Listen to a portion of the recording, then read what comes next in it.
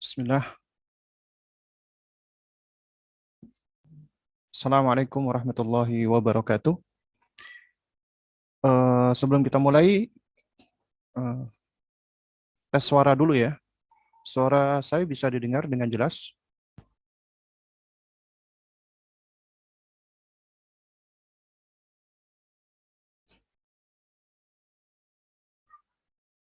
Ya. Jelas ya? Oh baik. Baik kalau jelas. Alhamdulillah. Nah,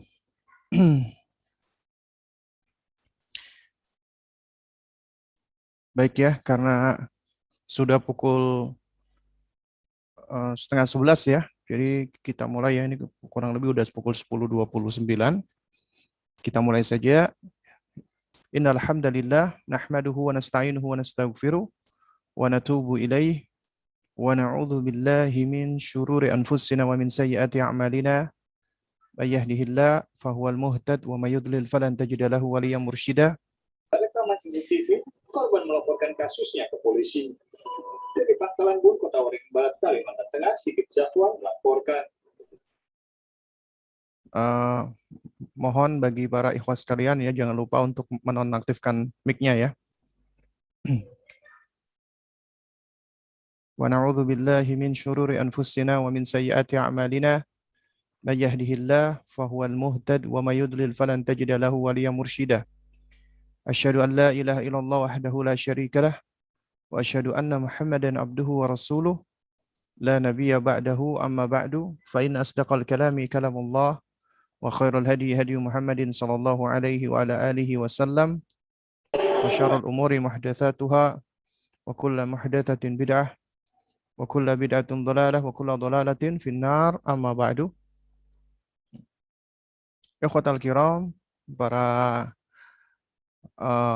ikhwan dan akhwat dan para abah dan para ummahat rahimani wa rahimakumullah. Alhamdulillah kita bersyukur kepada Allah Subhanahu wa taala di mana di pagi hari ini kita diperkenankan oleh Allah Subhanahu wa taala untuk dapat bersua dan berjumpa ya, melanjutkan kajian kita yakni membahas ya sebuah risalah atau kutayib Thalathatul Usul atau Al-Usulu Thalatha wa Adillatuha ya. Dan di pagi menjelang siang hari ini kita akan berbicara tentang ya. Jadi kita akan berbicara tentang ya bab iman ya. Itu bab iman. Karena di kesempatan yang lalu kita sudah menyelesaikan yaitu tentang Islam ya. Nah, atau al-aslu tsani, ma'rifatu dinil islami bil adillati. Bisa dilihat di sini ya, ini mudah-mudahan kelihatan ya. Saya gedekan lagi. Ya. Nah, mudah-mudahan bisa lebih jelas atau lebih kelihatan ya. Nah.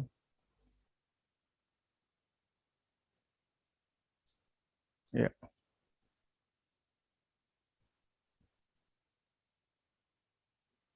Nah.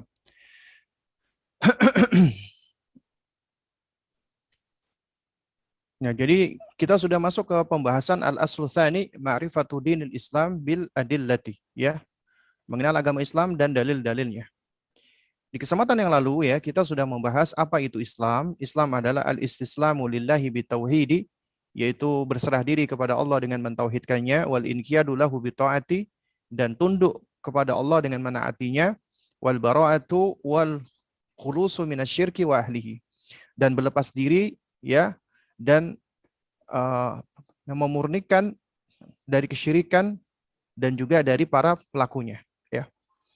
Dan sudah kita terangkan di kesempatan yang lalu pula wahwa thalathu maratib, ada 3 tingkatan, Islam, iman, ihsan. Ya, dan setiap tingkatan ini itu memiliki rukun. Nah, kita sudah membahas arkanul Islam.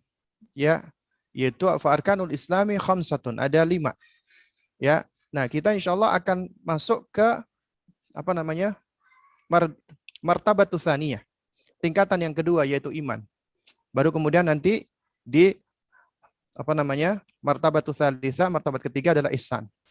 Jadi kita bahas dulu nanti iman. Islam sudah kita bahas di kesempatan yang lalu ya. Nah, sekarang kita masuk ke ya apa namanya martabatus tsaniyah. Ini dia. Al martabatus tsaniyah, al imanu. Tingkatan yang kedua, ya. Tingkatan yang kedua adalah al iman. Jadi ya, saya ulangi lagi, Islam itu memiliki 3 martabah, 3 tingkatan, 3 martabat. Islam, iman, dan ihsan. Ini berangkat dari hadis Nabi SAW ketika Nabi dikunjungi oleh Jibril alaihissalam.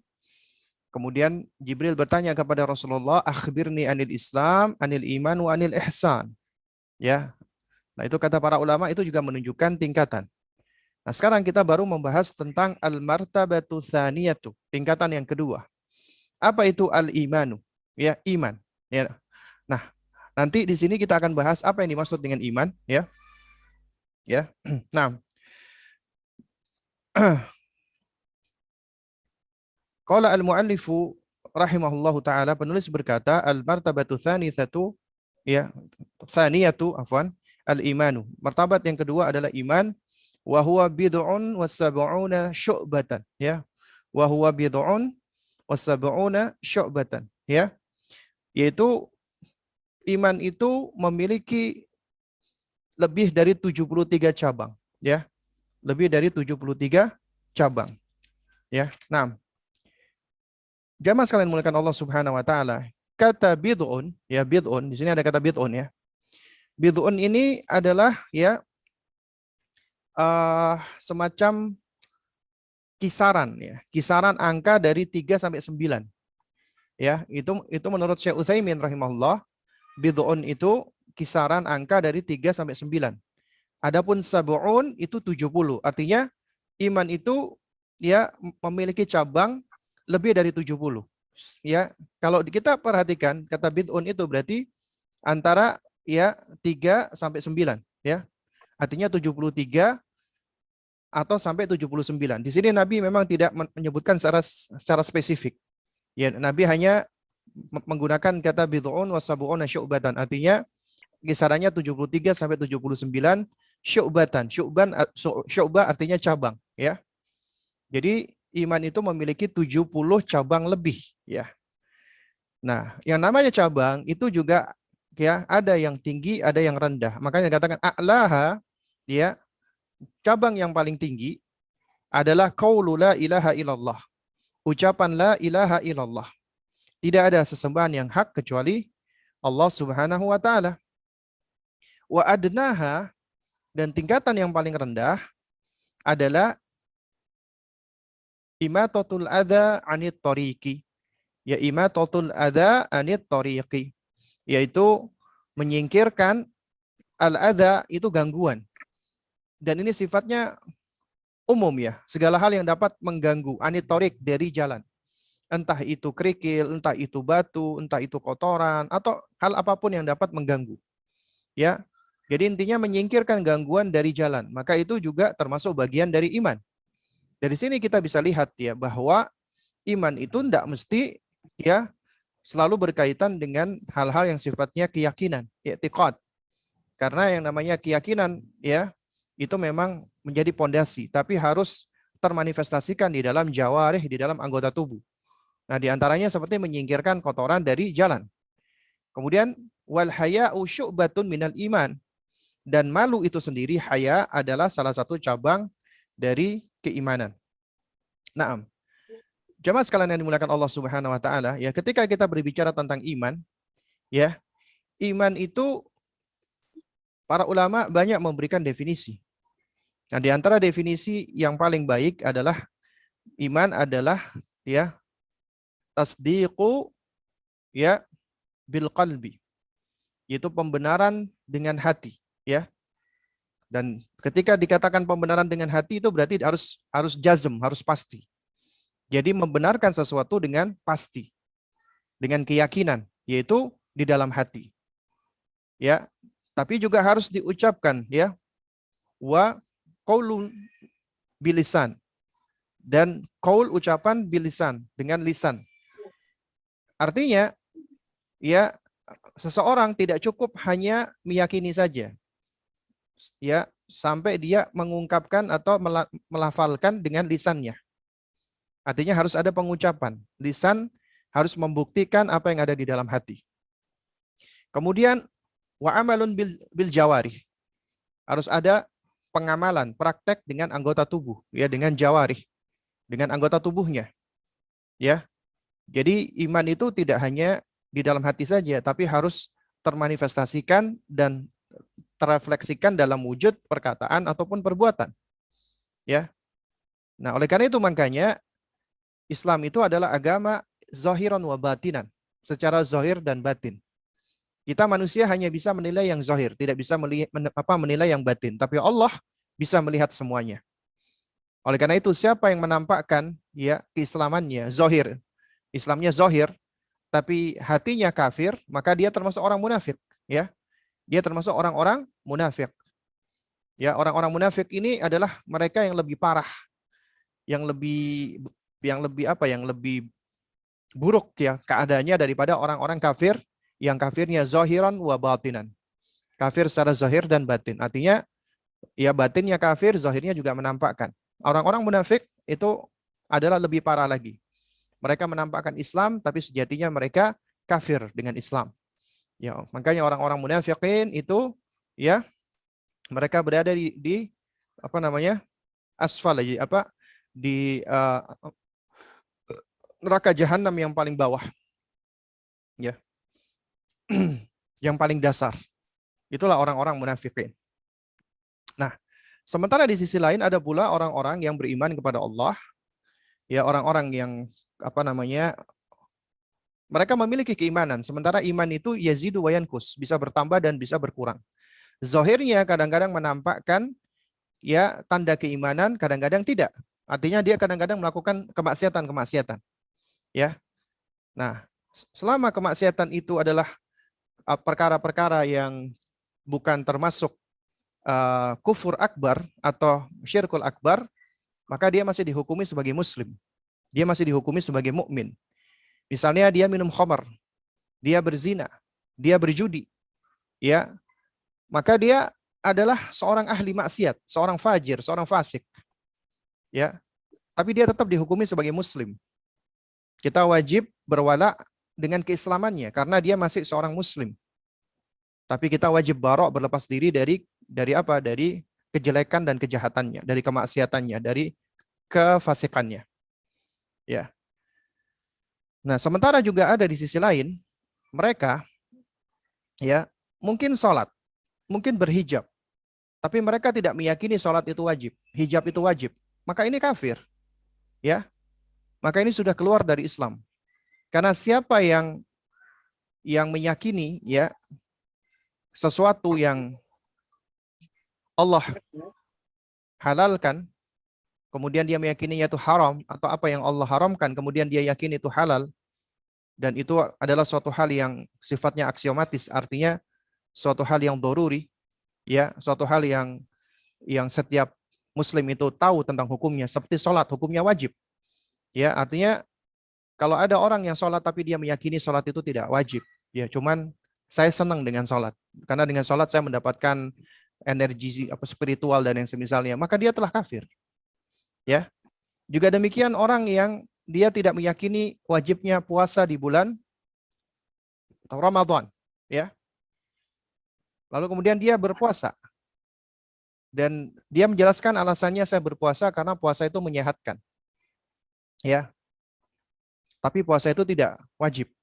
Maka dia telah jatuh juga kepada kekufuran. Ya. Atau di sisi lain misalnya, ada orang yang tidak minum khamar. Dia nggak minum khamar. Tidak minum minuman keras. Tapi dia meyakini khamar itu tidak haram. Nggak apa-apalah. Khamar itu tidak masalah gitu loh. Khamar itu tidak haram. Meskipun dia tidak meminum khamar. Ya, meskipun dia tidak mengkonsumsi khamar.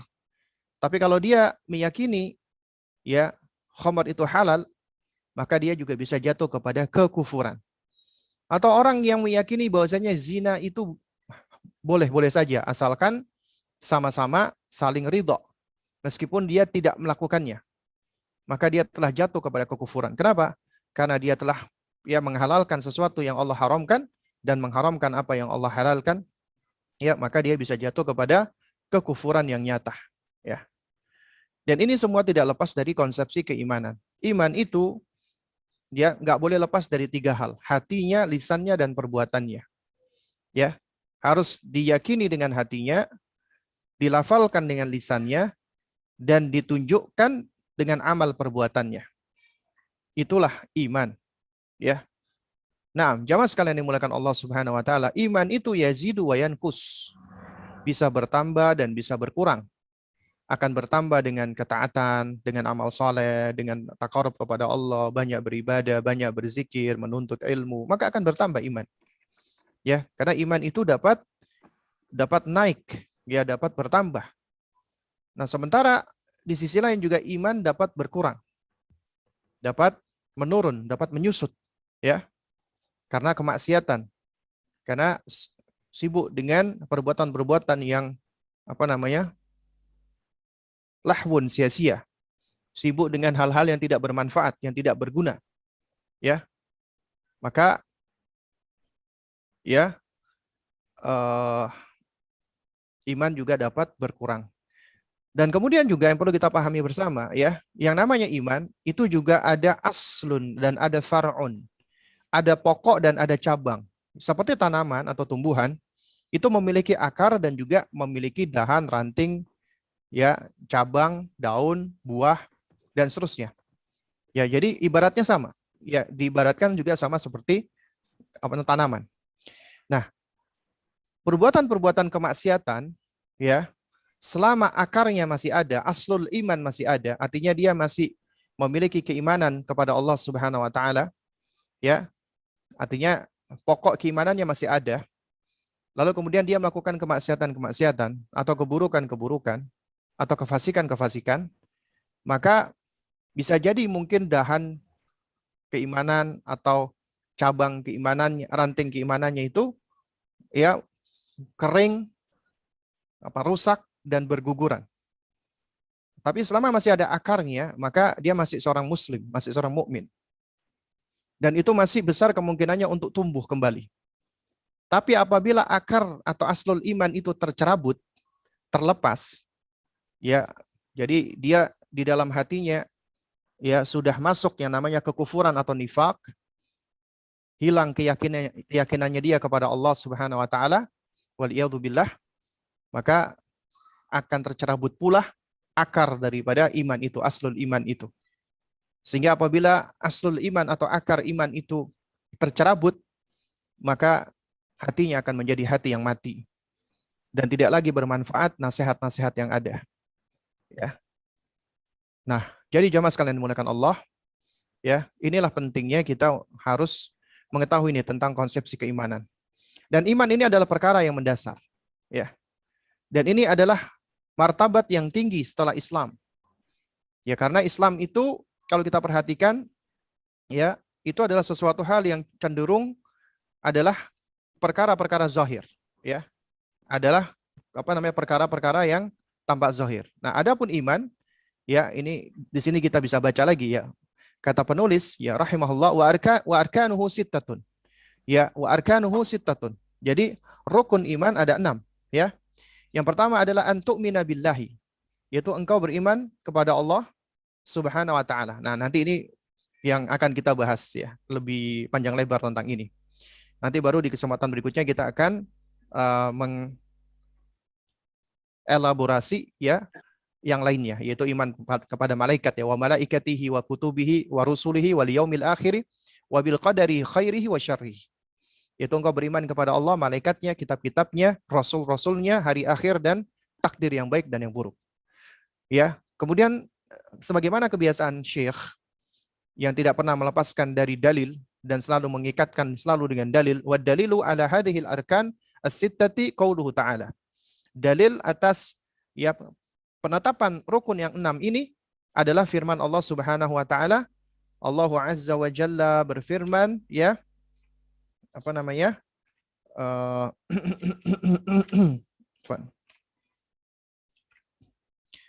ya.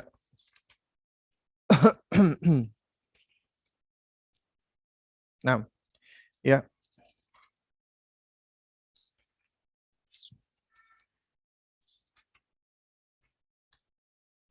Nah, baik, jemaah sekalian dimuliakan Allah Subhanahu wa taala, ya. Nah, dalilnya adalah firman Allah surat Al-Baqarah, ya. Ayat 177, Allah Subhanahu wa taala berfirman, "Laisal birra an tuwallu wujuhakum qibalal masyriqi wal maghribi." Ya, jadi bukanlah suatu kebajikan ketika engkau menghadapkan wajahmu ke arah timur ataupun ke arah barat. Artinya yang namanya kebajikan itu bukan hanya sekedar kita mengarahkan, ya, wajah kita ke arah timur ataupun ke arah barat. Walakinnal birra, akan tetapi kebajikan itu adalah man amana billah, itu orang-orang yang mengimani Allah, satu, ya. Wal yaumil akhir, dan hari akhir, dua. Wal malaikati, dan malaikat, tiga. Wal kitabi, dan kitab, empat. Wan nabiyyin, dan para nabi, lima.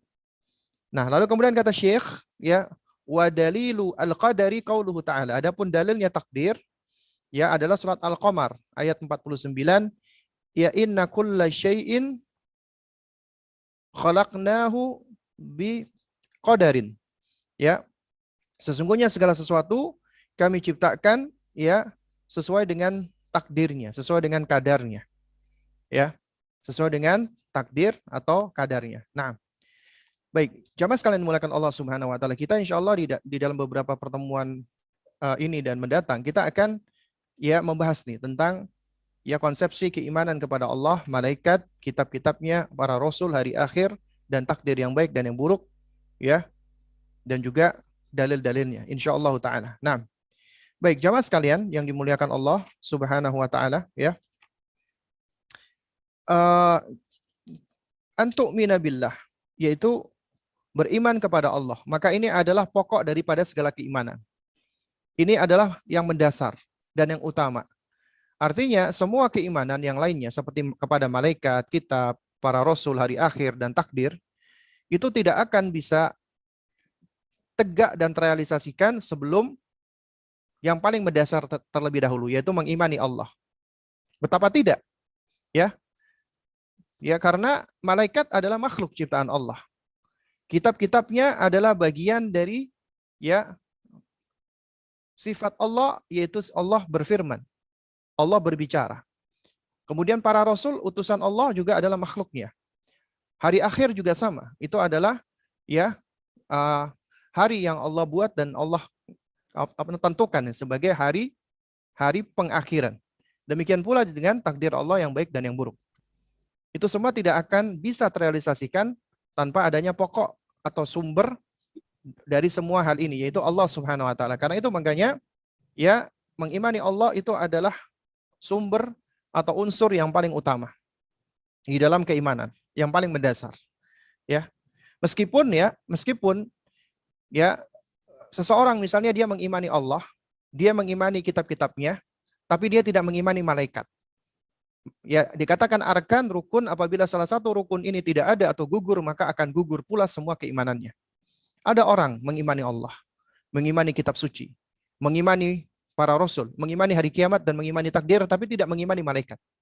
Maka akan gugur semuanya. Karena bagaimana dia bisa mengimani kitab suci? Padahal kitab suci itu diturunkan melalui perantaraan malaikat. Dan bagaimana mereka bisa mengimani para rasul dan para nabi? Sementara para rasul dan para nabi ini Allah berikan wahyu diantaranya melalui perantaraan para malaikat. Ya. Nah, dikarenakan di sekarang ini ada, ya, orang-orang yang disebut dengan katanya apa namanya? Rasionalis katanya. Ya. Yang berpegang dengan logika atau rasio. Mohon jangan lupa untuk nonaktifkan mic, ya. Ya.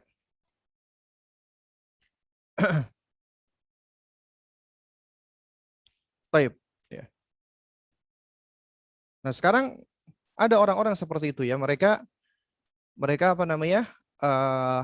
Lebih mendahulukan akal mereka, rasio mereka. Mereka mengatakan, ya malaikat itu bukanlah wujud real, bukan wujud yang sesuai dengan hakikatnya.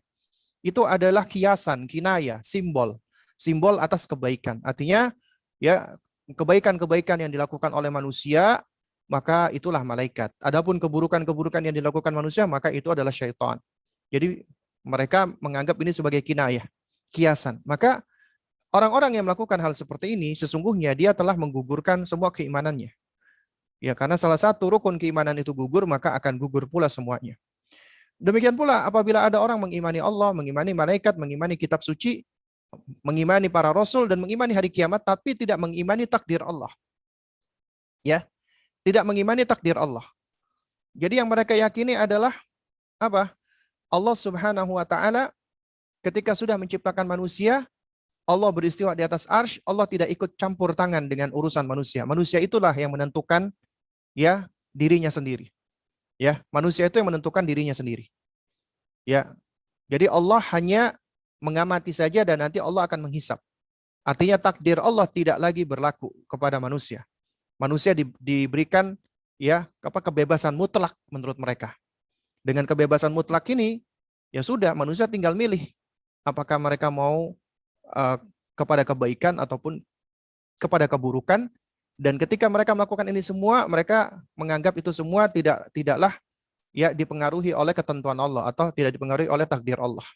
Inilah mereka yang disebut dengan kelompok sesat Qadariyah ya.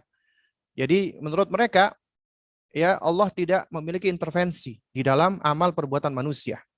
Padahal kita tahu ya, banyak sekali ya dalil-dalil dan yang lainnya itu yang menunjukkan bahwasanya kita butuh dengan apa? Dengan pertolongan Allah, hidayah Allah. Ya, kalau seandainya semua diserahkan kepada kita, maka kita nggak perlu lagi beristianah, memohon pertolongan kepada Allah. Kita nggak perlu lagi meminta hidayah kepada Allah, karena ya itu semua ada di tangan kita. Makanya ini adalah di antara mereka kelompok-kelompok yang menyimpang atau yang sesat di dalam Islam. Ya. Dan sebagiannya itu oleh para ulama sudah dikafirkan. Ya. Atau juga ada kelompok Jabariyah. Ya, kelompok Jabariyah ini mereka meyakini bahwasanya manusia itu ya seperti wayang yang digerakkan. Semuanya digerakkan oleh Allah. Baik dan buruk berarti itu semua adalah Allah Subhanahu wa taala yang menggerakkan. Karena itu mereka orang-orang Jabariyah ya, mereka meyakini ketika mereka berbuat baik ya itu dari Allah. Ketika mereka berbuat buruk ya itu juga dari Allah, seakan-akan mereka tidak memiliki pilihan, ya. Nah, ini tentu juga menyimpang dan sesat. Ya, nanti insya Allah kita akan bahas lebih detailnya lagi tentang hal ini. Itu nanti di pertemuan ketika kita membahas al-imanu bil qadari khairihi wa syarrihi.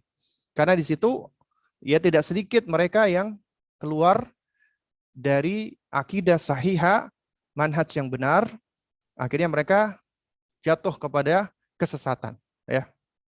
Nah, jemaah sekalian muliakan Allah Subhanahu wa taala ya. Nah, sekarang kita coba bahas dulu ya konsepsi yang pertama ya antu minabillah, yaitu mengimani Allah Subhanahu wa taala. Yang perlu kita pahami bersama bahwasanya ya konsepsi antu minabillah yaitu mengimani Allah Subhanahu wa taala itu sejatinya memiliki 4 unsur ya. Ada 4 unsur. Ya mudah-mudahan itu kelihatan ya. Iman kepada Allah ya, itu ada 4 unsur. Nah,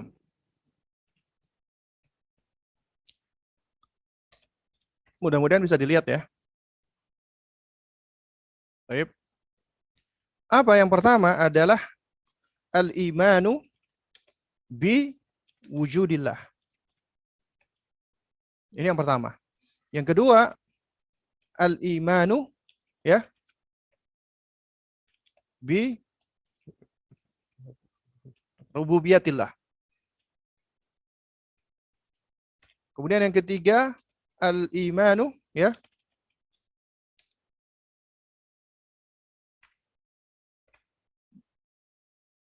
bi uluhiyatillah. Ya. Nah, baru kemudian yang keempat, adalah apa?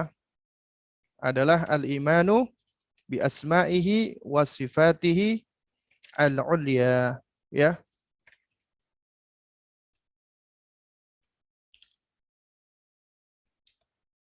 Al-iman, al-imanu bi asma'il husna wa sifatihi. Ya. Nah, jadi ini 4 unsur yang harus kita pahami dari antuk minabillah. 4 unsur ini yang pertama adalah mengimani wujudnya Allah. Wujud artinya keberadaan, eksistensi. Artinya Allah itu eksis, Allah itu ada. Ya. Kalau al-imanu bi rububiyatillah adalah kita mengimani Allah di dalam rububiyahnya. Yaitu di dalam apa namanya? Rububiyah Allah itu kurang lebih ya terangkum di dalam 3 hal utama. Yaitu apa? Yaitu di dalam penciptaan, ya. Yaitu kita mengimani Allah sebagai sang khalik, sang pencipta, kemudian malik, ya. Malik, sang penguasa atau apa namanya pemilik, dan mudabbir, Allah yang mengatur semuanya. Adapun al-imanu bi uluhiyatillah adalah karena Allah yang menciptakan kita, memiliki dan menguasai ciptaannya, yaitu kita juga, dan Allah yang mengatur semuanya, maka hanya kepada Allah lah kita beribadah. Maka Allah adalah satu-satunya sesembahan yang hak, yang sah, yang boleh, yang benar untuk disembah. Baru kemudian iman kepada nama-nama Allah yang indah dan sifat-sifatnya yang mulia, sebagaimana yang Allah tetapkan untuk dirinya dan juga ditetapkan oleh Rasulullah, sebagaimana datangnya, kita menetapkan maknanya, ya. Kita menetapkan maknanya meskipun kita tidak tahu bagaimana hakikatnya, ya, tanpa kita melakukan taktil, menolaknya, tanpa kita takwil, ya, kita memalingkan maknanya, tanpa kita tasbih, kita menyerupakan Allah dengan makhluk, dan tanpa kita takyif, kita berusaha untuk membahas deskripsi dari zatnya Allah Subhanahu wa taala. Nah, jamaah sekalian yang dimuliakan Allah Subhanahu wa taala, ya. Taib. Sekarang kita singgung nih yang pertama, ya. Yang pertama adalah apa? Adalah mengimani wujudnya Allah Subhanahu wa taala, eksistensi Allah Subhanahu wa taala. Allah Subhanahu wa taala itu ada, eksis. Ini bisa kita tetapkan, ya, dengan apa? Dengan apa namanya? Sejumlah dalil, ya. Ya, itu bisa kita tetapkan dengan sejumlah argumentasi ataupun dalil atau bukti, ya. Yang pertama adalah dalil fitrah. Dalil fitrah. Ya. Ini untuk menetapkan Allah Subhanahu wa taala. Yang kedua, dalil akal. Ya. Yang ketiga, dalil syar'i. Nah, ini jelas nih. Yang keempat, dalil hissi atau indrawi. Ya. Nah, sebenarnya mengimani keberadaan Allah Subhanahu wa taala ini adalah sesuatu hal yang aksiomatis, ya. Suatu hal yang kita nggak perlu mencari bukti sebenarnya. Kenapa? Karena sejatinya keberadaan kita itu sudah menunjukkan secara otomatis akan adanya pencipta. Nggak mungkin kita ada dengan sendirinya dan nggak mungkin kita menciptakan diri kita sendiri. Ya, itu suatu hal yang mustahil. Mustahil kita ada dengan sendirinya, ya, dari suatu hal yang sederhana tiba-tiba menjadi kompleks seperti kita, itu bisa terbentuk dengan sendirinya. Itu nggak mungkin. Atau kita membentuk dan menciptakan diri kita sendiri, nggak mungkin. Karena itu makanya untuk menetapkan tentang wujudnya Allah, itu dalil yang paling kuat adalah dalil fitrah. Karena ini sesuatu hal yang sudah ada di dalam diri setiap hamba, di dalam setiap makhluknya. Ya. Nah, fitrah ini itu menetapkan bahwa, ya, kita itu adalah ciptaan Allah Subhanahu wa taala dan kita adalah hambanya Allah Azza wa Jalla. Ya. Itu sudah ada di dalam diri kita. Ya, itu dalil fitrah, ya. Jadi apa namanya? untuk menetapkan keberadaan Allah, sebenarnya kita nggak perlu harus melakukan eksperimen, kita melakukan percobaan, bahkan kita nggak perlu berpikir panjang, ya, untuk menetapkan Allah itu ada, ya, karena secara fitrawi manusia itu sudah menetapkan akan adanya pencipta dia, akan adanya Allah Subhanahu Wa Taala. Kecuali apabila fitrahnya itu rusak. Dan siapa yang merusak? Orang tuanya. Sebagaimana kata Nabi, "Ma min mauludin illa yuladu 'alal fitrah fa abawahu yuhawidanihi wa yunassiranihi wa yumajjisanihi." Setiap anak dilahirkan berada di atas fitrah, ya. Akan tetapi orang tuanya lah yang menyebabkan dia menjadi Yahudi, Nasrani atau Majusi. Ya. Karena fitrah itu adalah iman itu sendiri, tauhid dan Islam. Dan ini suatu hal yang sudah Allah tanamkan di dalam setiap manusia, di dalam setiap makhluknya, ya, sudah ada di dalam diri manusia itu fitrah, ya, sudah ada intuisi untuk bertuhan dan meyakini akan adanya Tuhan. Makanya itu sudah menjadi bagian dari kebutuhan kita, kebutuhan untuk bertuhan, bahkan sudah menjadi naluri kita, naluri untuk bertuhan, ya, itu semua manusia. Contoh misalnya begini, ya, contoh. Kalau kita bicara naluri biasanya akan keluar ketika terstimulasi. Ya, biasanya seperti itu. Misalnya naluri untuk mempertahankan diri. Ya, biasanya manusia ketika ada faktor-faktor eksternal, misalnya pas ada bola yang melayang, ya dia akan secara refleks, nggak perlu berpikir panjang, dia akan berusaha untuk menghindar. Ya, kenapa? Karena dia memiliki naluri tadi, naluri untuk mempertahankan dirinya. Dan biasanya gerakan tubuh kita itu secara otomatis akan melindungi bagian tubuh yang paling vital. Biasanya kita akan memegang kepala biasanya, ya. Nah, juga sama demikian. Ketika manusia misalnya taruhlah orang-orang ateis yang tidak meyakini akan adanya Tuhan, itu sejatinya mereka sedang menyelisihi fitrahnya sendiri, ya.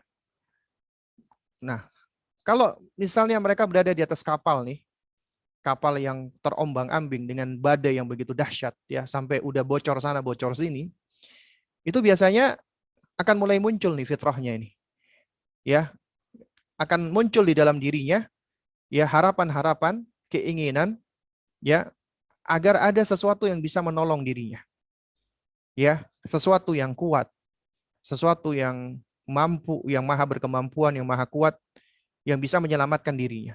Itu akan muncul di dalam dirinya. Meskipun dia sulit untuk bisa mendeskripsikan sesuatu itu.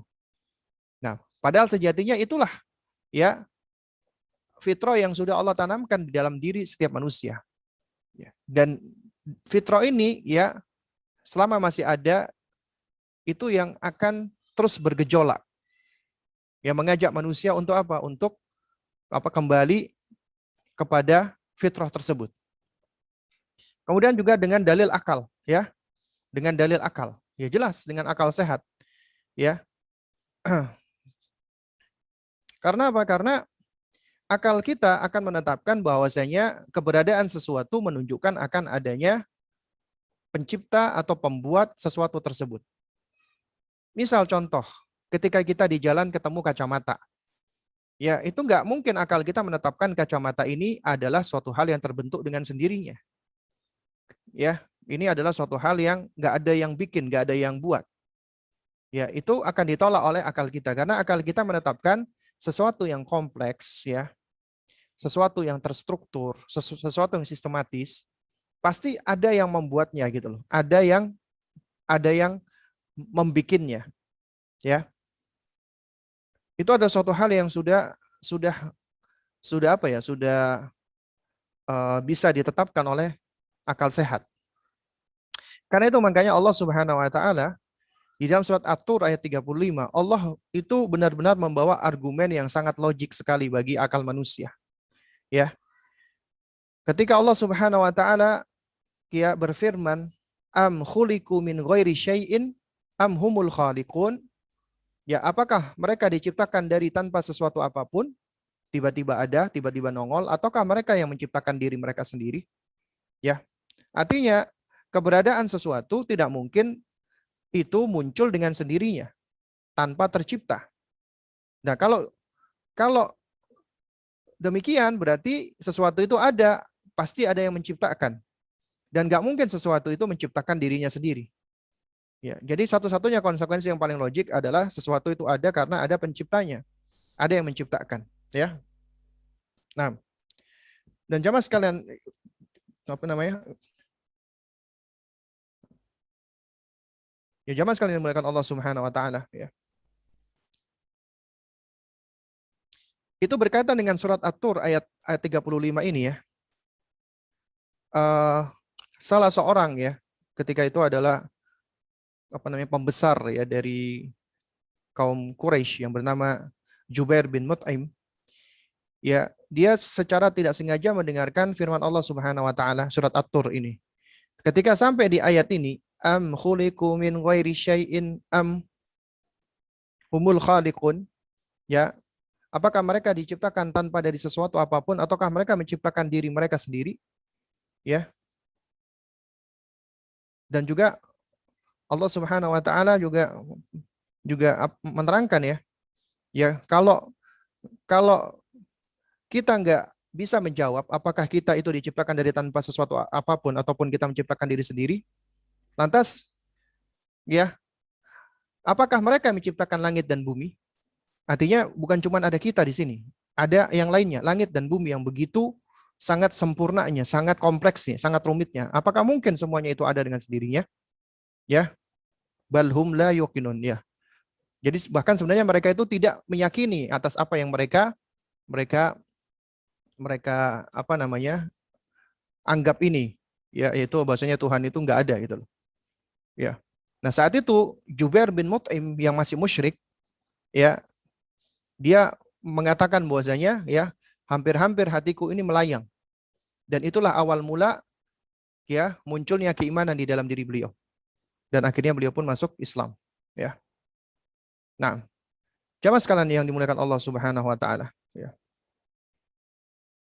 Tentunya ya suatu hal yang nggak masuk akal jika kita katakan bahwasanya bola basket itu ada dengan sendirinya.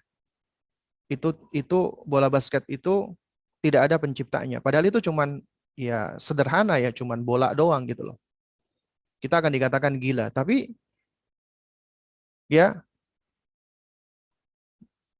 kenapa bumi yang begitu sempurnanya, yang begitu istimewanya, yang begitu rumitnya, begitu kompleksnya, kok diyakini tidak ada penciptanya? Itu kok tidak dikatakan orang yang meyakini ini adalah orang yang tentunya lebih gila lagi gitu loh. Ya. Juga sama misalnya ketika kita melihat ya ada apa namanya? Ada mesinnya mobil misalnya. Radiator misalnya. Ya. Kemudian kita katakan ini nggak ada yang buat ini. Ini apa terbentuk dengan sendirinya. Ya, maka kita akan dikatakan gila. Nah, tapi anehnya ya organ tubuh manusia yang begitu kompleksnya, paru-parunya, jantungnya, itu dianggap itu semua ada dengan sendirinya. Lantas di mana akalnya? Ya. Nah, lalu kemudian yang ketiga adalah dalil syar'i, ya. Nah, dalil syar'i ya pastinya ini suatu hal yang bisa kita perhatikan ya dari syariat. Ya tentunya syariat itu nggak akan mungkin ada tanpa adanya pencipta, tanpa adanya asyari. Asyari artinya yang membuat syariat.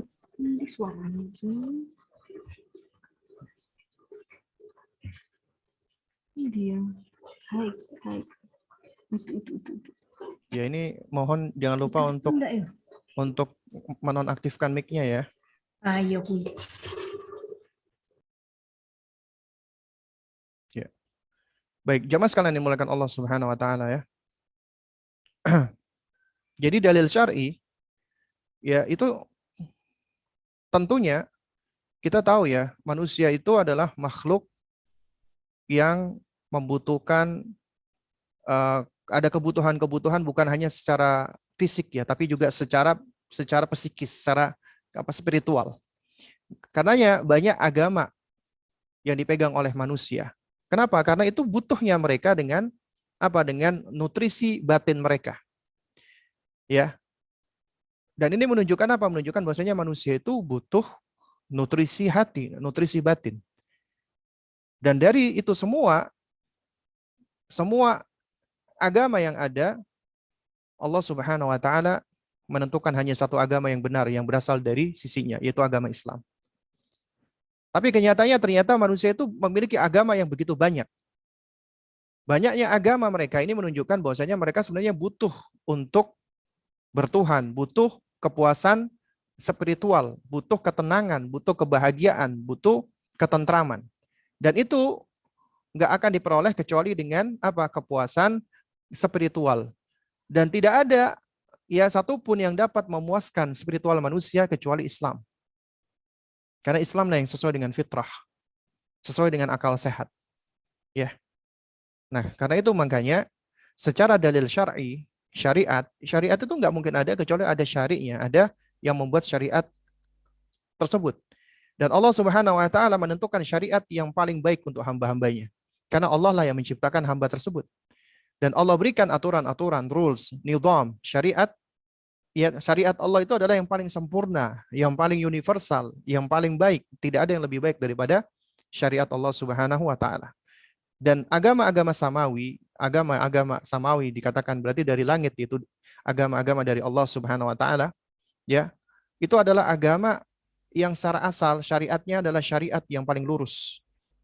Pondasinya adalah tauhid, ya, dan mengajak kepada kebaikan, ya, dan mengarahkan manusia kepada kedamaian dan ketentraman, ya. Nah, meski dalam perjalanannya akhirnya agama-agama samawi tersebut mengalami tahrif, perubahan-perubahan yang dilakukan oleh manusia-manusia yang sombong, yang congkak, ya, dan juga mereka inilah yang banyak berbuat kerusakan di muka bumi ini dan merubah agama Allah. Akhirnya Allah, ya, sesuai dengan ketentuan dan keputusan Allah, maka Allah tentukan, ya, nabi terakhir, penutup para nabi dan para rasul. Tidak ada lagi nabi setelahnya, dan Allah bekali nabi tersebut dengan kalamnya, yaitu Al-Quranul Karim, yang menjadi mukjizat abadi sepanjang zaman. Ya. Lalu kemudian dalil hissi, ya, dalil indrawi, ya, dalil hissi, dalil indrawi. Nah, di sini dicontohkan misalnya oleh Syekh Utsaimin, ya, rahimahullahu taala. Ya, beliau menerangkan contoh misalnya kita sering ini ya, melihat atau mendengar, menyaksikan orang-orang yang berdoa lalu kemudian doanya itu dikabulkan. Memang ada yang dikabulkan dan ada yang tidak dikabulkan. Tapi juga banyak yang dikabulkan, ya. Khususnya orang-orang yang mengalami kesulitan-kesulitan, lalu kemudian mereka berdoa kepada Allah dengan kesungguhan hati dan keikhlasan, Allah kabulkan doanya, dan ini adalah sebagai bukti indrawi yang bisa kita saksikan, yang bisa kita lihat akan adanya Allah Subhanahu wa taala. Ya. Dan ini pula yang ditunjukkan oleh para nabi dan para rasul yang Allah kisahkan di dalam Al-Qur'an, di mana mereka banyak meminta dan berdoa kepada Allah. Ya. Seperti misalnya contohnya Nabi Nuh alaihissalam di dalam surat Al-Anbiya yang disebutkan oleh Syekh Utsaimin, ya, wa nuhan idznada, ya, min qablu fastajabna lahu, dan ingatlah Nuh sebelum itu ketika beliau berdoa dan diperkenankan doanya. Demikian pula Nabi Zakaria alaihissalam, ya, di dalam surat Maryam, yang mana beliau, ya, menyeru Allah, berdoa meminta kepada Allah, ya. Hunalika da'a Zakaria rabbahu. Di sanalah di mihrab itu Zakaria itu menyeru atau berdoa meminta kepada Rabb-nya Allah Subhanahu wa taala. Ya. Ya. Rabbi habli min ladunka dzurriyyatan thayyibatan. Ya Rabbku, karuniakanlah untukku anak yang saleh dari sisimu. Ya. Innaka sami'ud du'a. Sesungguhnya engkau adalah yang maha mendengarkan doa. Dan Allah kabulkan permintaannya. Demikian pula Nabi Ibrahim alaihissalam. Allah banyak mengabadikan doa-doanya Nabiullah Ibrahim alaihissalam dan dikabulkan semuanya oleh Allah Subhanahu wa taala. Ya. Dan juga masih banyak yang lainnya, ya. Nah, jadi jamaah sekalian dimulakan Allah Subhanahu wa taala. Ya, belum lagi bagaimana Nabi kita Muhammad sallallahu alaihi wasallam, ya, yang hampir, ya, dan mayoritas dari doa-doa beliau itu adalah mustajabah. dan pun yang tidak Allah kabulkan itu juga sesuai dengan kehendak Allah karena di dalamnya juga mengandung kemaslahatan. Ya. Nah, lalu kemudian juga disebutkan oleh Syekh di antaranya adalah tanda-tanda kenabian, mukjizat, ya khususnya bagi manusia-manusia di zaman tersebut, yaitu di zaman ketika mereka bersua dan berjumpa dengan para nabi. Mereka melihat dan mendengarkan langsung tentang mukjizatnya para nabi. Dan sekarang kita itu memang tidak bisa menyaksikan langsung, tapi itu semua adalah dikhabarkan. Dan yang mengkhabarkan adalah Rabbul Alamin. Dan juga yang menyampaikan kepada kita adalah manusia yang paling amin, manusia yang paling jujur di muka bumi ini, yaitu Rasulullah SAW, tentang mukjizatnya Nabi Musa alaihissalam, mukjizatnya Nabi Ibrahim alaihissalam, dan seterusnya. Maka itu semua menunjukkan bahwasanya ya Allah Subhanahu wa taala itu adalah eksis dan wujud, dan tidak ada celah sedikit pun untuk bisa meragukan hal ini. Ya, seandainya kita nggak perlu ya ngomong tentang dalil syar'i, dalil hissi, dalil akal, cukup dalil fitrah saja, maka itu sudah cukup bagi kita untuk menetapkan Allah itu wujud, Allah itu ada. Ya. Oleh karena itu, jika kita bertemu dengan orang-orang yang sok tahu ataupun orang-orang yang muta'alim, ya orang-orang yang sok pinter, ya, kemudian dia mengatakan buktikan Tuhan itu ada. Ya, buktikan kalau Tuhan itu ada. Maka kita sampaikan balik kepada dia. Seharusnya yang bertanya demikian itu kami, kita, saya. Buktikan kalau Tuhan itu tidak ada. Kenapa demikian? Karena seakan-akan ketika Anda mengatakan buktikan Tuhan itu ada, ya. Jadi kita itu disuruh untuk membuktikan bahwasanya pertanyaan Anda itu adalah pertanyaan yang berasal dari tidak ada yang bertanya. Artinya ya, apa yang Anda tanyakan itu tadi, apa yang Anda sampaikan itu tadi adalah tidak ada yang ngomong, tidak ada yang berbicara. Padahal perkataan Anda, pernyataan Anda tadi adalah berasal dari diri Anda. Itu sesuatu hal yang wadih, yang nyata, ya. Ya. Dan itu mereka yang mengatakan buktikan Tuhan itu ada. Mereka tuh seringkali lalai dan lupa ya akan eksistensi diri mereka sendiri, karena adanya mereka ya itu menunjukkan akan adanya adanya sang pencipta gitu loh, yang menciptakan kita semua, dan adanya pertanyaan juga menunjukkan adanya sang penanya, dan gak mungkin sesuatu itu ada dengan sendirinya ya. Nah, lalu kemudian al-imanu bi rububiyatillah, mengimani rububiyahnya Allah Subhanahu wa taala. Ya berarti kita mengimani Allah sebagai Rabbuna, ya Allah sebagai Rabb kita. Ya. Nah, berarti ya setelah kita meyakini Allah itu ada, nah berarti Allah itu adalah pencipta kita, khaliquna. Allah yang menciptakan kita. Karena Allah yang menciptakan kita, maka Allah adalah malikuna. Allah penguasa kita dan pemilik kita. Karena Allah yang memiliki dan menguasai, maka Allah adalah mudabbiruna. Allah yang mengatur semua urusan kita. Semua urusan apa yang ada di langit dan bumi, semua itu berada di dalam pengaturan Allah Subhanahu wa taala. Nah, oleh karena itu semuanya sudah Allah tentukan. Allah ciptakan, Allah kuasai, dan Allah atur, dan Allah urus semuanya. Ya, tidak terkecuali apapun itu.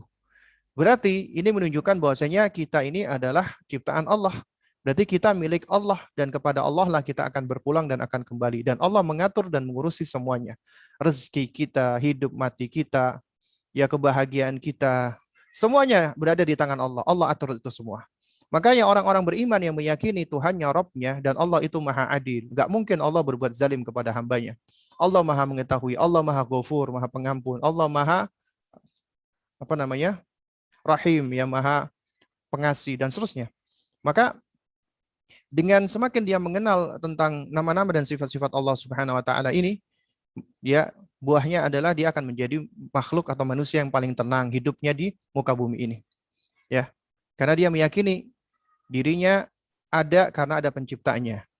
Dan penciptanya itu adalah tuannya, Tuhannya, ya, yang dia harus taat, tunduk, patuh, dan submit kepadanya, istislam. Ya. Dan dirinya adalah milik Allah, artinya semua yang ada di dalam dirinya adalah kepunyaan Allah.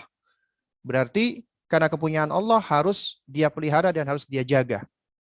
harus dia syukuri. Dan Allah yang ngatur semuanya.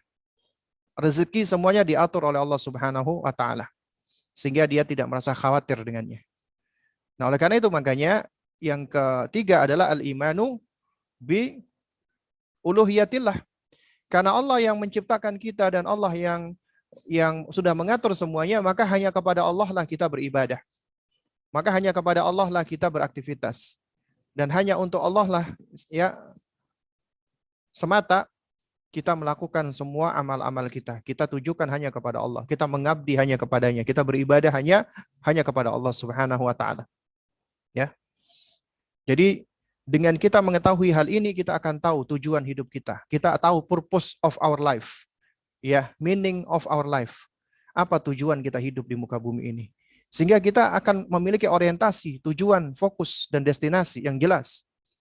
Adapun orang-orang kafir, orang-orang musyrik, orang-orang ateis dan yang semisalnya, maka mereka adalah orang yang paling confused, yang paling bingung. Nggak tahu mereka disorientasi hidup di dunia ini. Nggak tahu tujuan hidupnya, nggak tahu destinasinya. Ya, mereka nggak tahu ya mereka berasal dari mana, untuk apa mereka hidup saat ini, dan mereka hendak menuju kemana, nggak tahu semuanya. Makanya mereka adalah manusia yang paling bingung, yang paling confused, dan yang paling galau, yang paling gelisah, itu adalah orang-orang kafir. Meskipun mungkin tampaknya mereka bahagia, tapi enggak. Di dalam diri mereka, ya, selama fitrah itu, ya, tersakiti atau tertutupi, tidak akan tenang, tidak akan bahagia, tidak akan nyaman, ya. Tapi apabila, ya, fitrahnya itu tumbuh, terpelihara, terjaga, maka itulah yang akan membangun ketenangan dan ketentraman di dalam hidupnya. Ya.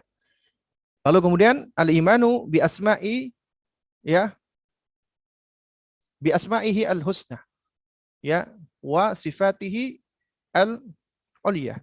Itu mengimani nama-nama dan sifat-sifat Allah. Artinya Rabb kita, pencipta kita, ini adalah Rabb yang maha sempurna, yang memiliki nama-nama dan sifat-sifat dan perbuatan-perbuatan yang agung, yang mana nama-namanya itu paling indah, tidak ada yang lebih indah dari namanya, dan nama-namanya mengandung makna dan mengandung sifat sesuai dengan kesempurnaan Allah yang berbeda dengan makhluknya.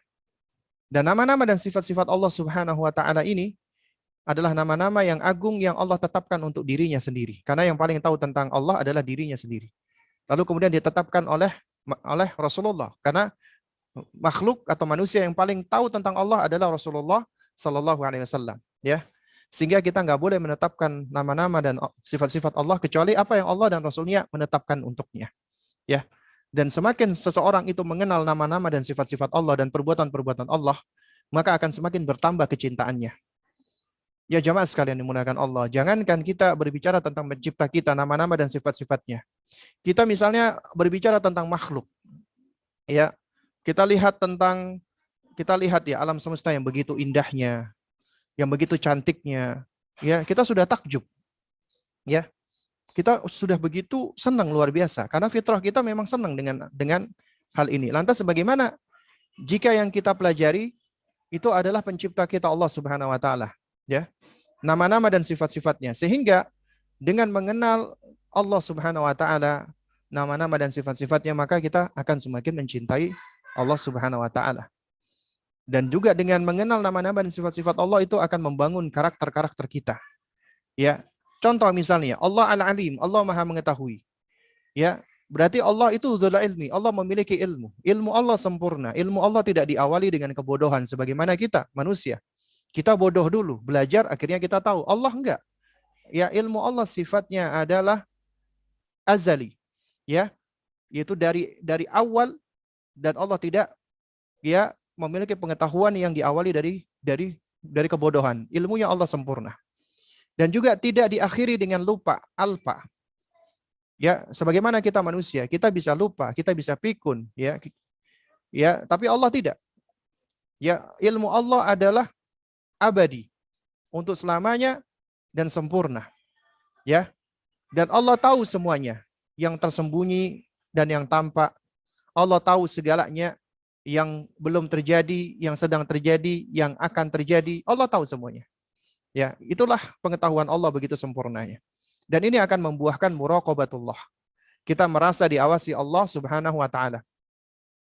Kemudian juga selain itu juga ya di antara kita memahami makna dari Allah itu Al-Alim, Allah berarti juga yuhibbul ilma, Allah mencintai ilmu. Dan Allah juga mencintai ahli ilmu. Ini berarti ya akan mendorong kita untuk apa? Untuk senang belajar, menuntut ilmu. Karena Allah mencintai ilmu dan Allah mencintai ahli ilmu. Kemudian contoh berikutnya lagi, Allah Al-Ghafur, Allah Maha Pengampun. Berarti Allah adalah ya Rabb kita yang dzul maghfirah, yang memiliki sifat pengampun. Ya. Allah ya memiliki sifat pengampun bagi hamba-hambanya, yang akan mengampuni hamba-hambanya. Dan betapa luasnya pengampunan Allah Subhanahu wa taala. Manusia apabila ada seseorang dia melakukan perbuatan baik 99 kali, kemudian 1 kali salah, keliru, yang diingat oleh manusia yang 1 itu, yang salah itu. 99-nya dilupakan. Ya. Tapi Allah Subhanahu wa taala enggak. Manusia itu berbuat 99 kali kesalahan, kemudian sekali dia melakukan kebaikan, Allah enggak akan sia-siakan yang 1 kebaikan itu. Dan Allah bisa ampuni 99 keburukan itu. Ya, karena Allah adalah Al-Ghafur. Dan ini mengajarkan kita untuk menjadi sosok yang juga pemaaf, pengampun bagi orang-orang lain. Ya, karena ini termasuk akhlak dan karakter yang luar biasa. Contoh lainnya lagi, Allah Al-Qawi, Allah Maha Kuat. Dan kekuatan Allah sempurna. Tidak ada yang lebih kuat dan bisa mengalahkan kekuatan Allah. Nah, anak-anak kita yang masih kecil senang ketika melihat sosok hulak, ya, sosok fiktif. Kenapa? Karena kuat. Senang dengan dinosaurus. Karena dinosaurus itu besar dan kuat. Mereka, manusia itu umumnya takjub, apalagi anak-anak dengan yang hal-hal seperti itu. Karena ini momen bagi kita untuk mengajarkan mereka sejumlah nama-nama dan sifat-sifat Allah. Ya. Jadi ketika mereka melihat ini, ya, misalnya hulak, mereka melihat dinosaurus, atau mereka melihat benda-benda lain, maka ini bisa menjadi momen bagi kita. Kita katakan bahwasanya ini nak bagi Allah kecil, Allah lebih besar, Allah lebih kuat, ya. Karena Allah yang menciptakan semuanya. Ya. Allah yang menciptakan langit dan bumi. Allah pencipta tentunya lebih kuat. Ya. Dan pencipta lebih besar. Ya. Dan di antara makna ataupun konsekuensi daripada makna Al-Qawi, ya, Allah adalah Al-Qawi, Allah Dzul Quwwah, Allah memiliki kekuatan. Allah mencintai kekuatan dan mencintai hamba-hamba yang kuat. Nah, ini akhirnya menjadikan kita berusaha untuk apa? Untuk menguatkan diri kita, baik itu kekuatan iman dan juga termasuk kekuatan fisik. Agar dengan kuatnya fisik kita semakin kuat di dalam beribadah kepada Allah, di dalam mencari nafkah, di dalam berbuat kebaikan, di dalam beramar ma'ruf nahi mungkar, di dalam membela kebenaran, di dalam memperjuangkan agama Allah, di dalam berjihad di jalan Allah. Ya, Allah mencintai orang-orang yang kuat. Dan seterusnya.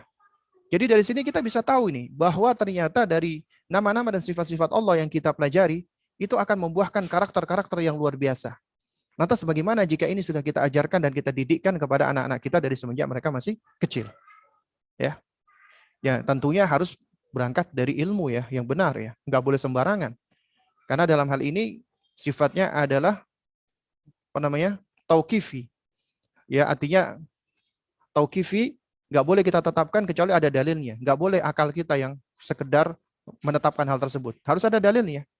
Makanya kita nggak boleh menetapkan nama-nama Allah kecuali ada dalilnya. Nggak bisa kita mengatakan Allah yang maha, Allah sang desainer, ya Allah adalah sumber energi dan seterusnya. Ya, ini adalah ucapan-ucapan yang berangkat atau kata-kata atau bahasa yang berangkat ya tidak dengan bahasa-bahasa yang syar'i yang berasal dari Al-Qur'an dan Sunnah yang sepatutnya kita hindarkan. Ya. Nah, jadi ini adalah bab tentang antu'mina billah. Nanti insya Allah di pertemuan berikutnya kita akan membahas ya, yaitu antu'mina malaikatah, ya, yaitu antu'mina bi malaikatihi, ya. Insya Allah di pertemuan berikutnya. Mungkin ini yang bisa saya sampaikan di kesempatan ini. Insya Allah nanti kita lanjutkan lagi di pertemuan-pertemuan kita berikutnya. Naam, ya untuk berikutnya mungkin ada pertanyaan, silakan yang ingin bertanya. Ya. Coba saya lihat chat ya. Ini sudah ada pertanyaan. Nah, sudah banyak ini ternyata pertanyaan. Ustaz, bagaimana cara kita mengajarkan pokok-pokok materi tentang tauhid kepada anak usia 7 tahun yang sudah bisa tenang duduk di majelis, sudah bisa menyimak lebih baik, dan sudah banyak membaca buku-buku anak bertema tauhid. Anda merasa bahasan tauhid itu membosankan, lebih menyenangkan jika kajian sirah dan adab. Lalu adakah buku tauhid yang direkomendasikan untuk anak-anak yang baru mulai masuk ke pokok bahasan tauhid, buku yang anak-anak ringan membacanya namun tetap mengena ke materi tauhidnya? Syukran Ustaz. Nah, jadi jamaah sekalian dimulakan Allah, ya tauhid itu pondasi. Itu perkara paling mendasar. Dan tauhid itu ya bahasannya itu adalah dogmatis. Ya, adalah indoktrinasi. Dan semua dogma dan doktrin itu bukan artinya keliru. Buktinya dari kecil ketika dia masih bayi kita sudah tasmi' dan talqin. Tasmi' itu adalah bagian dari kita mendoktrin. Tapi mendoktrin kebaikan. Mendoktrin sesuatu yang sesuai dengan fitrah anak yang akan menyuburkan. Bukan artinya jelek, bukan artinya buruk, ya. Orang-orang kafir mereka bisa mendoktrin anak-anaknya dengan hal-hal yang menyimpang, yang keliru, yang sesat, ya, ataupun kekufuran, kesyirikan dan yang semisalnya. Maka kita orang Islam pun juga harus sama, harus ya mendoktrin dalam tanda kutip ya. Artinya doktrin yang baik ya tentang ya konsep-konsep tauhid. Kenapa? Karena kalau kita berbicara tentang iman, iman itu hakikatnya adalah ittiba'ud dalail, mengikuti dalil. Ya, mengikuti dalil-dalil. Ya, wal hujaj wal barahin, mengikuti hujjah dan burhan, argumentasi yang nyata. Ya. Jadi itulah hakikat daripada iman. Kita mengikuti ittiba'ud dalail. Ya, kita mengikuti al-adillah, dalil-dalil, hujjah, argumentasi yang nyata. Ya, wal bayyinat, dan juga yang terang. Jadi yang namanya iman itu bukanlah sesuatu hal yang ditetapkan dengan akal. Karena banyak perkara keimanan itu tidak bisa dijangkau oleh akal. Akal kita terbatas. Akal kita nggak mampu menjangkaunya. Makanya perkara keimanan itu seringkali menjadi ujian bagi akalnya manusia. Karena harus menetapkan sesuatu yang tidak bisa diindra. Ya, karena kita sedang membahas sesuatu yang ghaib. Yang ghaib itu sesuatu yang nggak bisa kita indra. Tidak hissiyah. Kita nggak bisa ini mengindra zatnya Allah. Tapi kita bisa mengindra bukti-bukti akan keberadaan Allah. Bukti-bukti kebesaran Allah Subhanahu wa taala. Ya, yaitu tanda-tanda dari af'aluhu, dari perbuatan-perbuatan Allah dan sifat-sifatnya. Ya, meskipun kita tidak mampu untuk menjangkau zatnya Allah. Kita nggak tahu tentang zatnya Allah. Demikian pula malaikat. Ya, juga sama, kita nggak bisa mengindra. Para rasul, para nabi juga sudah wafat. Kita nggak bisa mengindra mereka juga secara langsung. Apalagi yaumil qiyamah. Hari kiamat adalah suatu perkara yang juga bersifat ghaibiyah gitu loh. Oleh karenanya, ya alhamdulillah Allah Subhanahu wa taala ketika berikan kita hidayah taufik, kita berada di atas fitrah, kita berada di atas Islam, alhamdulillah kita bersyukur kepada Allah. Kenapa? Karena dengan berada di atas fitrah Islam, kita telah mempergunakan akal kita ya sebagaimana mestinya. Akal yang tunduk kepada wahyu, bukan akal yang liar. Karena akal yang liar, ya manakala akal itu tidak mampu untuk memahami perkara-perkara ghaib, maka akan cenderung untuk menolaknya. Akhirnya muncullah orang-orang ateis. Ya, kenapa? Karena mereka kesulitan untuk Untuk menetapkan sesuatu yang nggak bisa mereka indra. Padahal sebenarnya ya itu bukan suatu hal yang sulit. Ya, karena untuk menetapkan sesuatu itu tidak mesti kita harus mengetahui hakikatnya sesuatu itu terlebih dahulu. Nggak mesti. Itu suatu hal yang tidak mesti, ya. Anda untuk menetapkan sesuatu nggak mesti Anda harus tahu hakikatnya. Dan sesuatu yang tidak tampak oleh kita, tidak kelihatan oleh kita, bukan artinya itu tidak ada. Karena kaidah mendasarnya adalah apa? Ya, karena kaidah yang mendasarnya itu adalah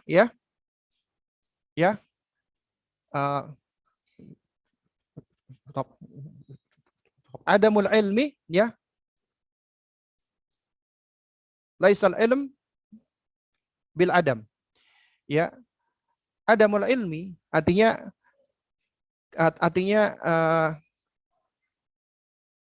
nggak punya ilmu, artinya ketidaktahuan kita tentang sesuatu bukan artinya sesuatu itu nggak ada gitu loh. Ya, jadi kita tidak tahu tentang sesuatu bukan artinya sesuatu itu nggak ada. Kita tidak bisa melihat sesuatu bukan artinya sesuatu itu tidak ada. Kita tidak bisa mendengar sesuatu bukan artinya sesuatu itu nggak ada. Ya. Nah, ini adalah suatu hal yang sebenarnya sudah bisa ditetapkan oleh akal sehat kita gitu loh. Nah, jadi intinya jamaah sekalian, namanya iman itu ittiba'ud dalail, mengikuti dalil-dalil. Nah, berarti kita harus tunduk patuh dengan dalil. Ini perkara tauqifiyah, ya. Akal kita harus tunduk dengan wahyu. Karenanya anak-anak yang ditunda pendidikan akidah dan tauhidnya dengan alasan sebelum 7 tahun itu mereka masih belum mampu untuk berpemikiran abstrak, ya masih konkret. Sementara agama apalagi akidah itu adalah perkara-perkara yang abstrak, akhirnya ditunda. Ini akan lebih berbahaya. Kenapa? Karena akalnya anak-anak itu akan cenderung liar. Ya.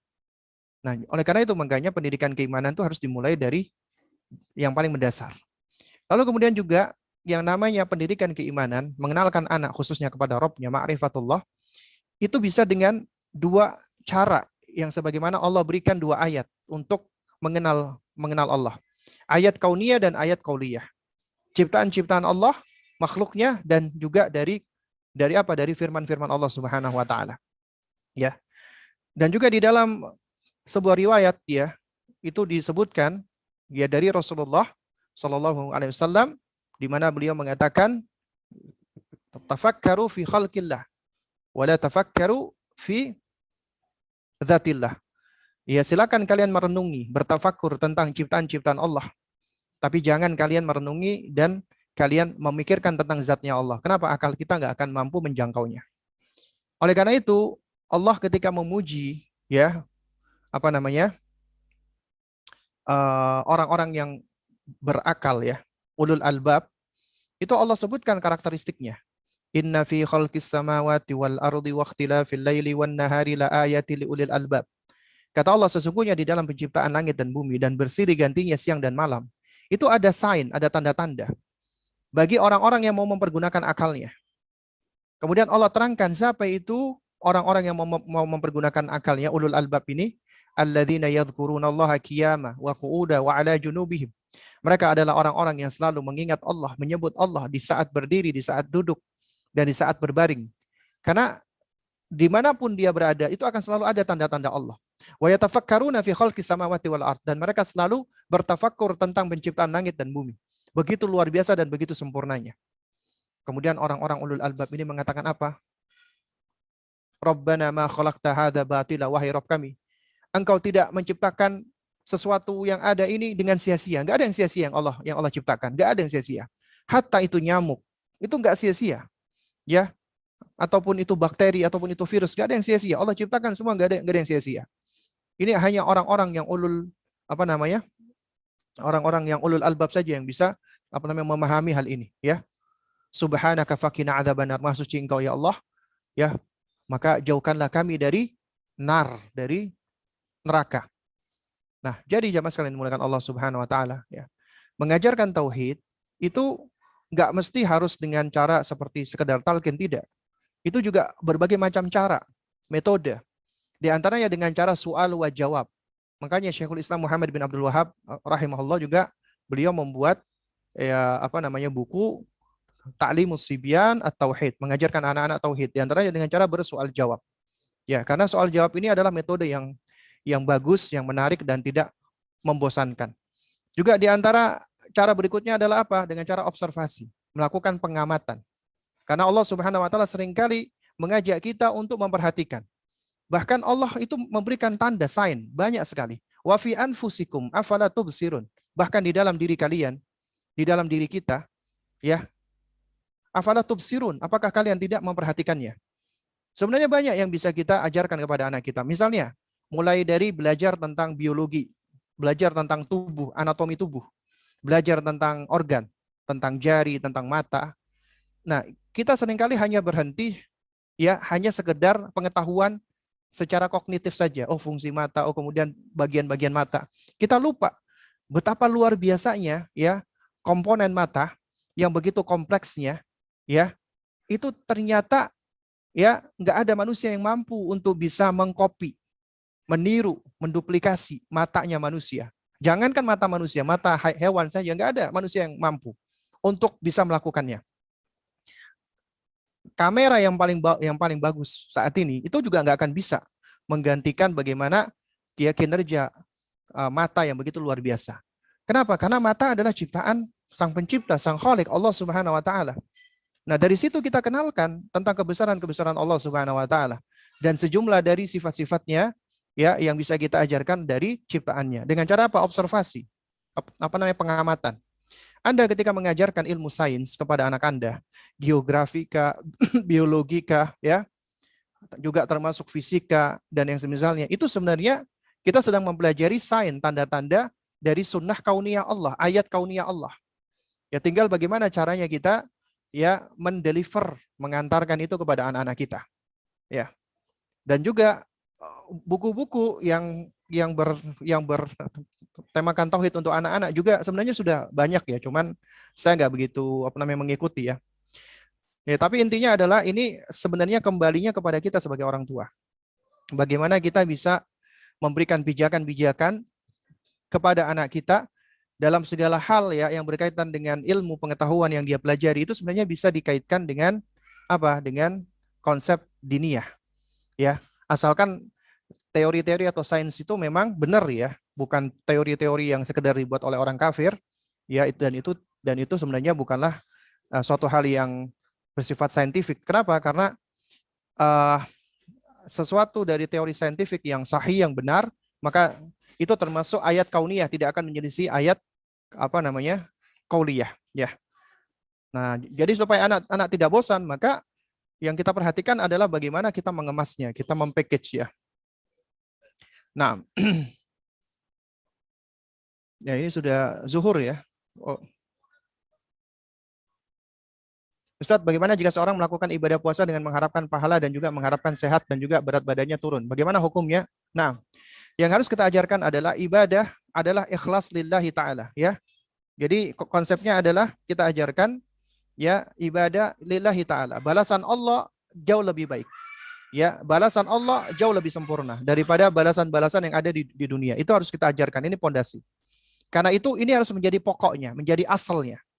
Adapun niat yang lain itu boleh sebagai tabi, sebagai penyerta. Ya. Jadi boleh dia tahu hikmah dari puasa itu ternyata bisa untuk kesehatan, menyehatkan tubuh. Oh, bisa untuk menurunkan berat badan, boleh. Ya. Dia mempergunakan faidah, tapi tetap niat utamanya adalah untuk Allah, karena Allah ini ibadah. Jadi ini adalah intinya. Adapun yang lain itu tabi, yang menyertai. Maka yang demikian ini ya setahu saya adalah tidak mengapa. Wallahu a'lam bishawab. Bagaimana agar menjaga iman agar tidak futur, terutama bagi wanita yang sedang haid? Ya jazakallah khair ya. Ya na'am ya. Jadi kita semua ya tentunya sebagaimana kita tahu yazidu wa yanqus, iman kita bisa bertambah, bisa berkurang. Dan itu juga diterangkan oleh para ulama, yazidu bi ta'ah wa yanqusu bil ma'asi, bertambah dengan ketaatan dan berkurang dengan kemaksiatan. Jadi kalau kita berat enggan untuk melakukan kebaikan, itu berarti karena kemaksiatan. Ada keburukan yang bertengger di dalam diri kita sehingga kita akhirnya berat untuk melakukan amal-amal kebaikan. Nah, di antara caranya adalah kita banyak istighfar kepada Allah. Karena setiap kali kita istighfar, insya Allah noda-noda yang menempel di dalam diri kita itu akan lepas sehingga akan lebih meringankan kita di dalam melakukan amal-amal saleh atau amal-amal ketaatan. Lalu kemudian yang kedua adalah kita bermajelis, bersahabat, berkumpul dengan orang-orang baik, dengan orang-orang yang saleh dan saleha, ya, tetap hadiri majelis-majelis ilmu, ya, lalu kemudian juga kita sibukkan dengan hal-hal bermanfaat, dengan baca buku, mendengarkan kajian baik di YouTube atau di platform yang lainnya, ya. Terus kemudian juga kita tetap terus ya, meskipun Anda haid bukan artinya Anda tidak bisa ya mendengarkan Al-Quran, tidak bisa membaca Al-Quran, itu boleh ya. Anda juga boleh untuk membaca tafsir-tafsir Al-Quran. Ya, ini memang ada khilaf di antara para ulama, hukum menyentuh Al-Quran ketika haid. Ya, toh seandainya Anda meyakini bahwasanya tidak boleh memegang mushaf, misalnya Anda lebih condong kepada pendapat itu, tetap tidak menjadi penghalang bagi Anda untuk apa? Untuk mendengarkan Al-Quran. Ya, ataupun untuk murajaah Al-Quran, atau Anda memegang tafsir. Tafsir itu tidak dihukumi seperti mushaf. Ya. Jadi Anda boleh, atau Anda membaca terjemah Al-Quran itu boleh, ya. Ya Allah taala alam bisawab, ya. Ya mudah-mudahan yang sedikit ini bisa memberikan manfaat, dan mohon maaf ya tidak semua pertanyaan bisa dijawab karena sudah masuk waktu zuhur. Insya Allah nanti pertanyaan yang belum dijawab ya kita upayakan bisa dijawab di pertemuan kita berikutnya. Ya kita cukupkan dulu sampai di sini. Ya, subhanakallahumma